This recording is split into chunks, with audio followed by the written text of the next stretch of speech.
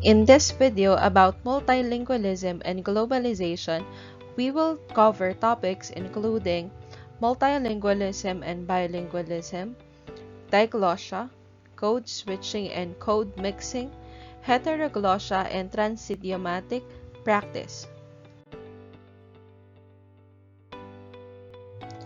Multilingualism and bilingualism.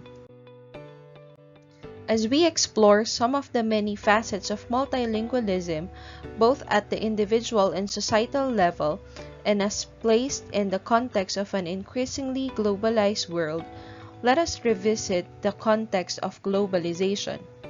Globalization has been characterized as the disappearance of borders between nations and the rise of international relations, the similarity of values among different cultures, and everybody and everything together. In this context of globalization, that Herbert Marshall McLuhan, a communication theorist, coined the term global village, which described how the globe has been contracted into a village by technology and instantaneous movement of information from every quarter to every point at the same time. He used this term to describe the phenomenon of the world's culture shrinking and expanding at the same time due to pervasive technological advances that allow for instantaneous sharing of culture. And comes with the sharing of culture is the expanse of different languages and the spread of multilingualism all over the globe. Multilingualism generally refers to the capacity of humans to communicate in different languages, either individually or collectively, while bilingualism refers to the ability to use two languages in everyday life. How common is it for someone to speak more than one language fluently?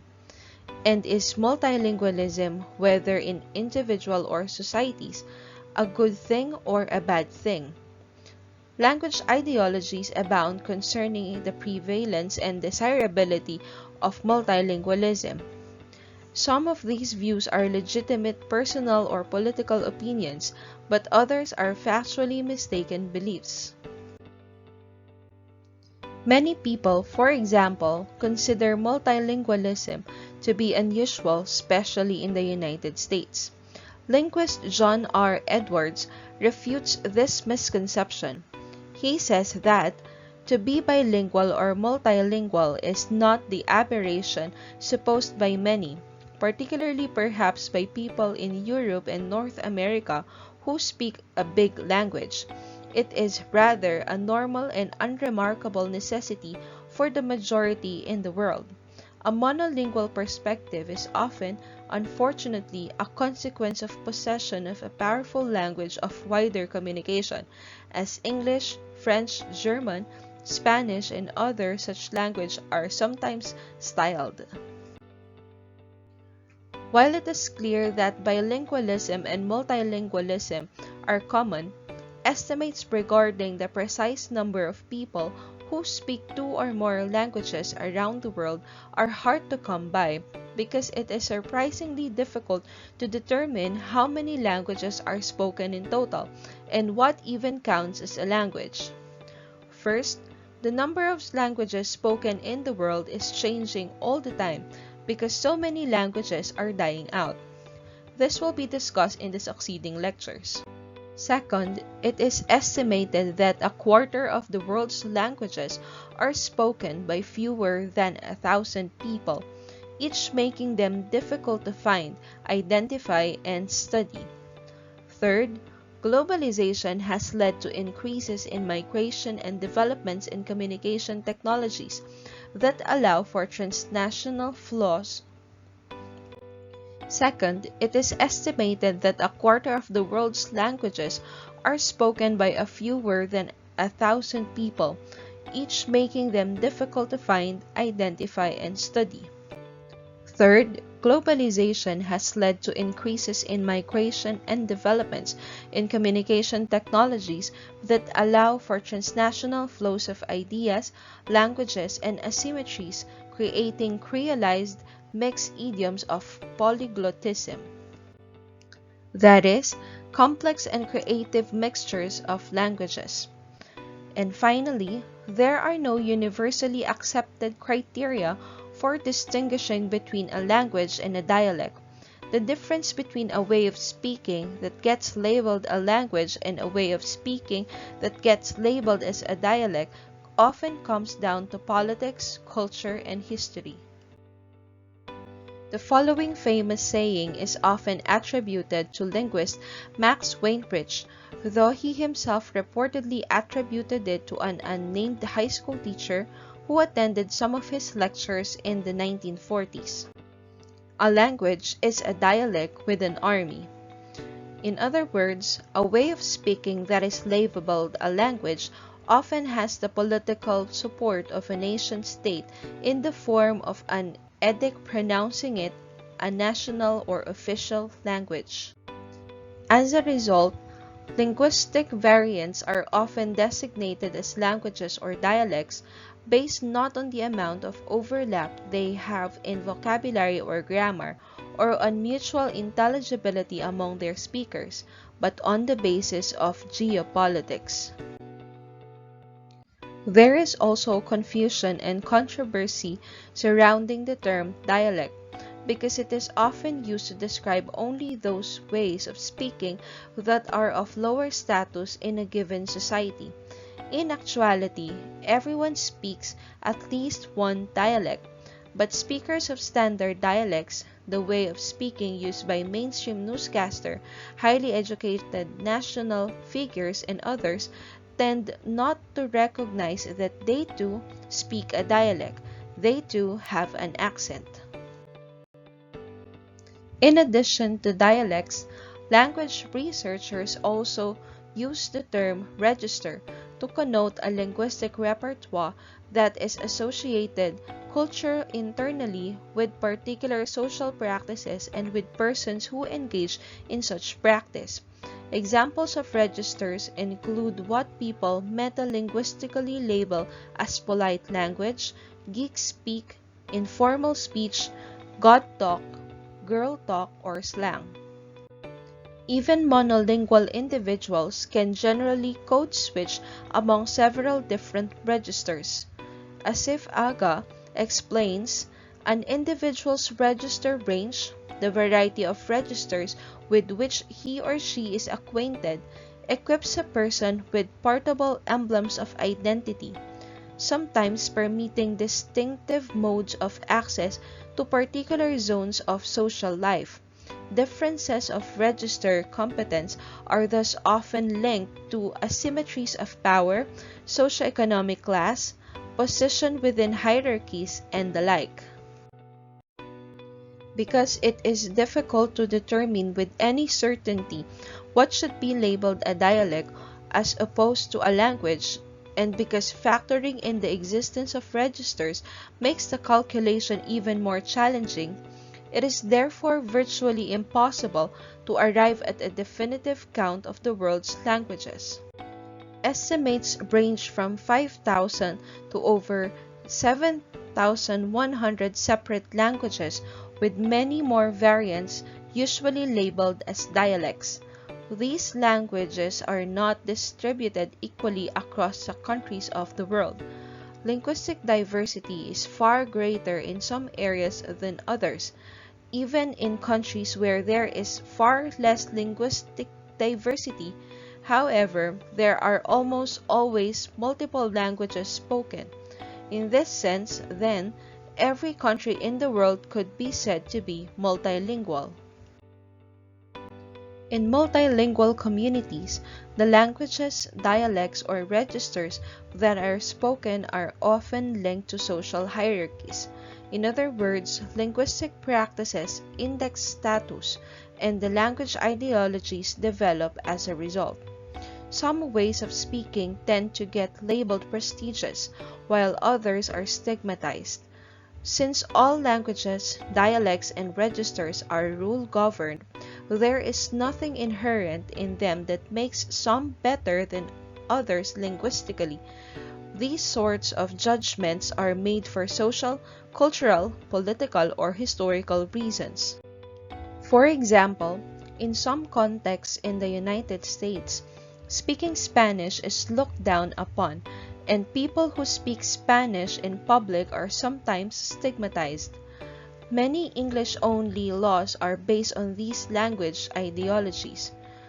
In countries such as Mexico, however, it is Spanish that is often accorded higher status compared to indigenous language such as Mexicano or many Mayan languages.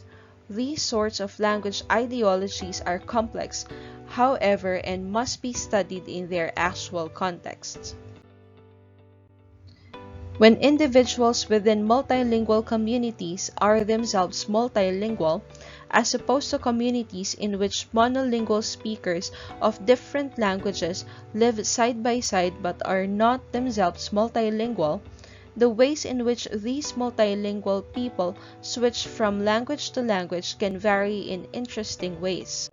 The communities themselves can differ in terms of stability, that is, whether the community continues to be multilingual over a long period of time or whether the multilingualism transforms into monolingualism, possibly also resulting in the death of one of the languages involved.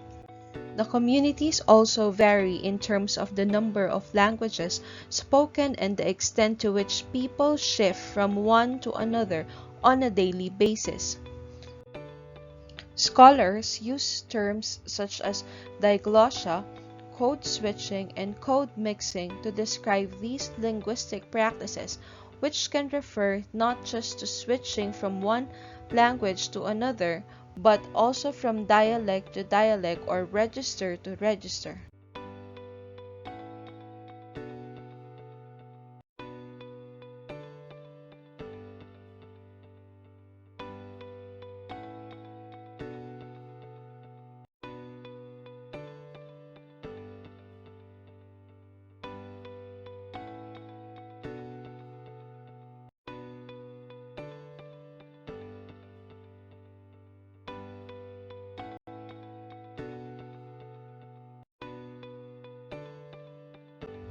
Diglossia.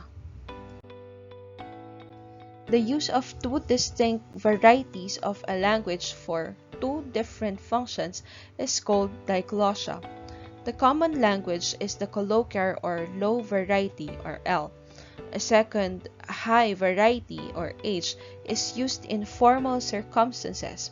It is taught in schools and assumes administrative, legal, religious, and literary functions. Charles Ferguson, 1959, coined this term in reference to the classical Arabic based on the standards of Quran, used formal setting against the local or religious dialects of colloquial Arabic found throughout the Middle East. Of the two varieties, the colloquial is typically learned first and is used for ordinary conversations with relatives and friends and servants or working persons, in cartoons, popular radio and television programs, jokes, traditional narratives, and the like. The formal variety, which carries prestige, is taught in schools and assumes most of the literary, administrative, legal, and religious functions.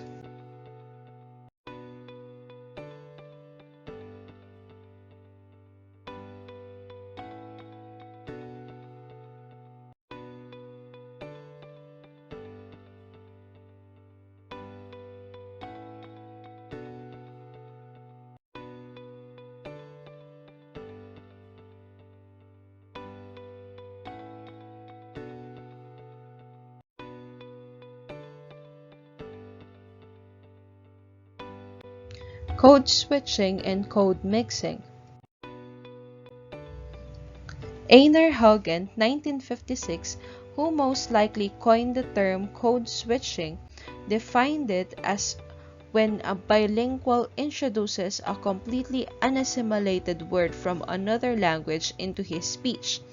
Carol Myers Cotton, 1993, broadened the definition by saying that code switching is the selection by bilinguals or multilinguals of forms from an embedded variety or varieties in utterances during the same conversation. The question of boundaries between language varieties becomes even more complex when considering shifting that occurs mid-sentence or even mid-word. Scholars generally use the term code mixing to describe the sort of shifting that involves a greater sense of hybridity and intermixture between two or more ways of speaking. Eyamba 1989, distinguishes code switching and code mixing.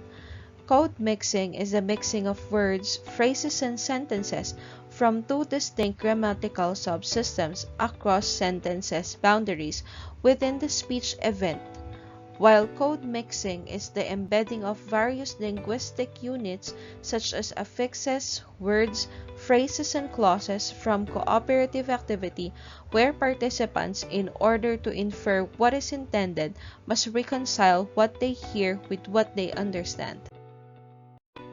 An example of code switching would be the Spanish-English bilingual who says, "Sometimes I'll start a sentence in English y termino en español," and finish it in Spanish. An example of code mixing would be the Japanese-English bilingual who says, "Sometimes kawaii sosona bug.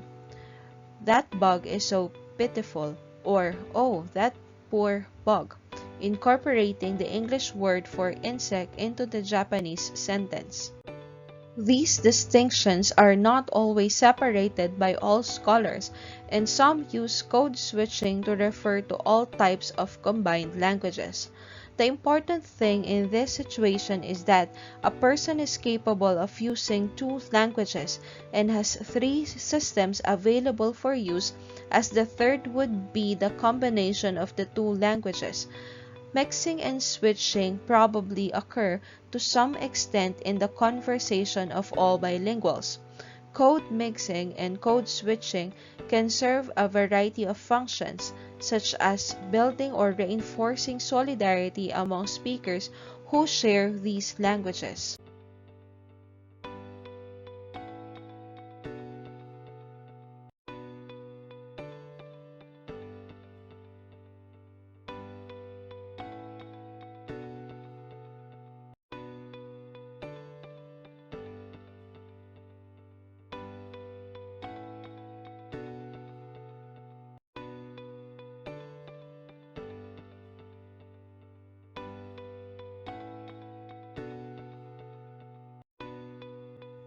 Heteroglossia in Transidiomatic practice. To help illuminate the complicated multilingual global landscape, some scholars have coined terms that are intimidating yet are worth learning and using because they can help us reframe or reorient our study of multilingualism. Heteroglossia, for example, is a term made popular by the Russian literary critic Mikhail Bakhtin many decades ago. It refers to the many dialects, registers, and languages that there are in the society. Although Bakhtin was mainly analyzing language within novels and other literary genres, much of what he said about language in these contexts has been found to be very helpful for social scientists interested in linguistic practices in real-life social settings. Heteroglossia, in particular, is a concept that sheds light on the complex and fascinating coexistence in any given social context of multiple ways of speaking, whether they are different languages, dialects, or registers, however defined. In Discourse in the Novel, an essay originally published in the 1930s, Bakhtin argued that language in actual social life is always stratified in multiple ways. Stratification creates different language varieties along the lines of genre, such as the different ways of writing for popular newspapers versus high literature, along the line of profession, such as different ways of speaking among lawyers, doctors, politicians, or teachers, and along other socially significant dimensions, such as age, education level, or elite status. While Bakhtin never mentions the term indexicality, his writings nevertheless describe the process through which linguistic practices index social identities. In a famous passage, Bakhtin states, "As a result of the work done by all these stratifying forces in language, there are no neutral words and forms that can belong to no one. Language has been completely taken over, shot through with intentions and accents. For any individual consciousness living in it, language is not an abstract system of normative forms but rather a concrete heteroglot conception of the world. All words have the taste of a profession, a genre, a tendency, a party, a particular work, a particular person, a generation, an age group, the day and hour. Each word tastes of the context and context in which it has lived its socially charged life. All words and forms are populated by intentions. Contextual overtones, generic, tendentious, individualistic, are inevitable in the word. There are two opposing forces in language according to Bakhtin: the centralizing or centripetal force used by highly authoritative entities such as governments that want to unify the language and make a unitary, standard way of speaking appear to be obligatory and natural, and the decentralizing or centrifugal force that leads to ever greater stratification and even more variation in socially charged ways of speaking.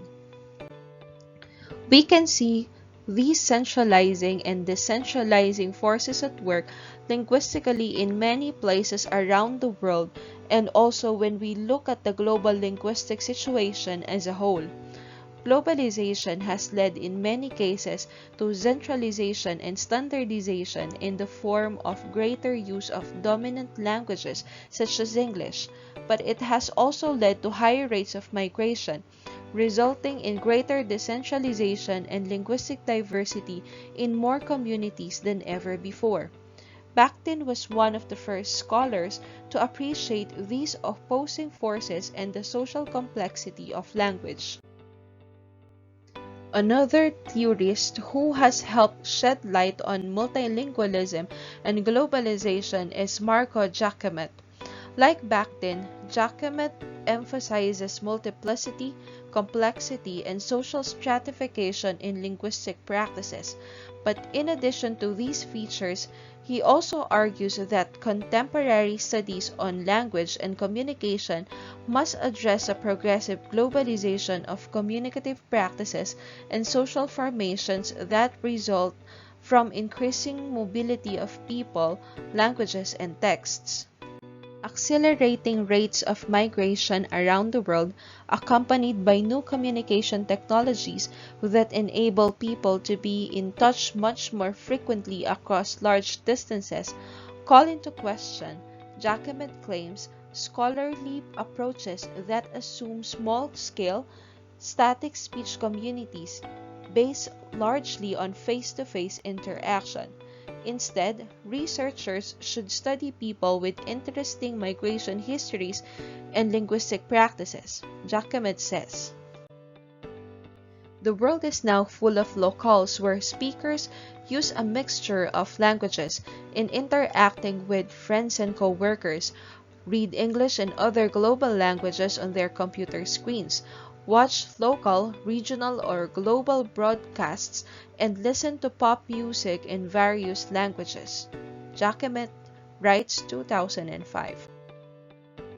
Families who are multilingual and who engage in transnational migration also engage in multilingual practices according to Giacomet because they migrate to multiple countries and communicate through new technologies, leading to complex processes of identity formation and power asymmetries. Such multifunctionality and complexities are the result of recent trends in social media and globalization and must be taken into account by scholars of socially situated language. Languages and Literacies Travel.